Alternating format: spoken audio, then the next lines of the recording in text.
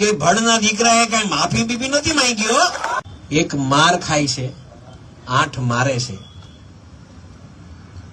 પણ તોય કહું કે ભડના દીકરાએ કઈ માફી બીપી નથી માંગી હો।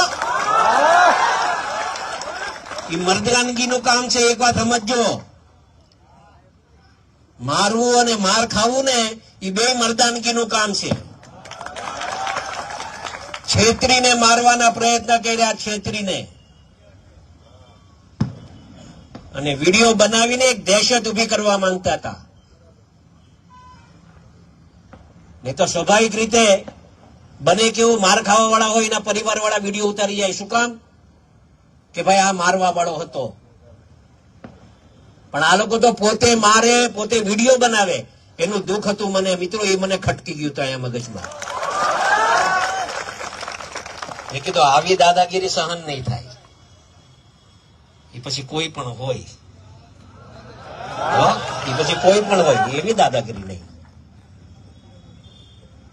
ને મિત્રો આવો તો કેટલાય નવનીતભાઈ પણ કેટલાય અવારનવાર ક્યારેક ક્યાંક બનતું હોય, પણ અમારા ધ્યાન ઉપર જયારે આ વાત આવી છે ને ત્યારે કોઈ દિવસ અમારા સોલંકી પરિવારે પાછી નથી કરી હો।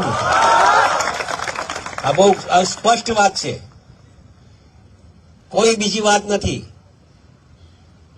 અમારે અગાઉ પણ આ વાત કરી હતી, આજે પણ ફરીથી આ વાત કરું છું। અહીંયા જેટલા યુવાનો આવ્યા છે ને ખાસ ધ્યાનમાં રાખજો, ક્યારેય અન્યાય સહન નહીં કરતા। આપણે કોઈ પર અન્યાય નથી કરવો, પણ અન્યાય સહન કરવું ને એ બહુ મોટું પાપ છે।